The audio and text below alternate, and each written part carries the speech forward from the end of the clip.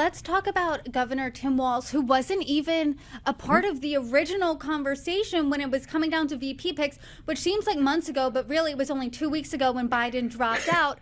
He then made that viral comment about calling Republicans weird. And it seems like the Harris campaign really held on to that. And that is their strategy going forward, just calling J.D. Vance weird, different Republicans weird. Now he is in the top two. So what are some pluses and minuses for him? Sure. He's from Minnesota, the Midwest. The election will come down to Pennsylvania, Wisconsin, and Michigan, period. You know, if that's what happened in 2020, I think that's what will happen again in 2024.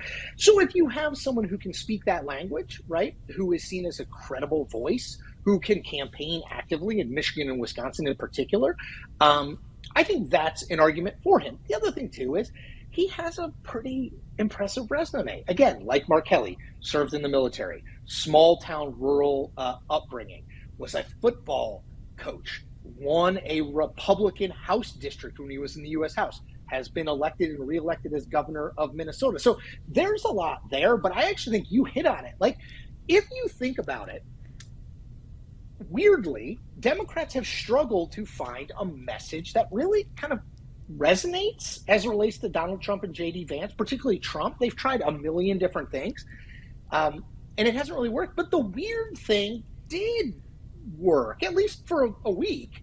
And so I think they're thinking, the Harris people's thinking is, you know, is this guy a messenger who can kind of break through and solve the riddle that Hillary Clinton couldn't, that no one in the Republican primary could, either in 2016 or 2024, which is, how do you beat Donald Trump from a message perspective? And maybe Walz has sort of, you know, unlocked that lock. That's a really interesting point, because if someone were to be insulted, I think they would rather be called weird than a threat to democracy. I mean, a threat to democracy does carry a lot of weight, except in this instance, weird seems to be doing the trick. Why do you think that is?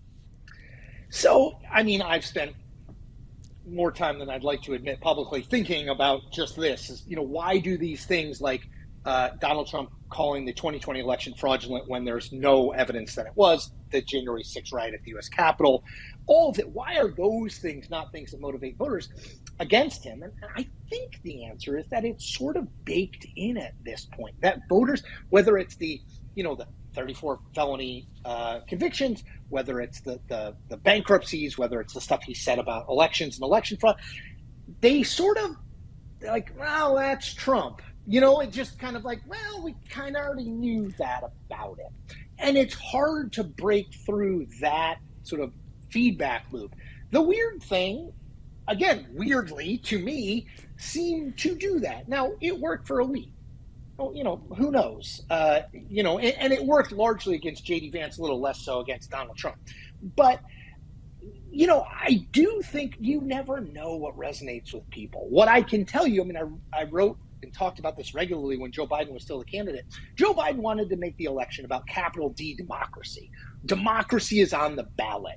Whether it's the 2020 election, January 6th, other things Donald Trump has said about being a dictator just for one day, and all that this is really what the election is about. Voters weren't responding. The Democratic base liked that message, but they were already going to be for whoever the Democratic nominee is. The issue is swing voters. And I don't think swing voters were particularly motivated by that.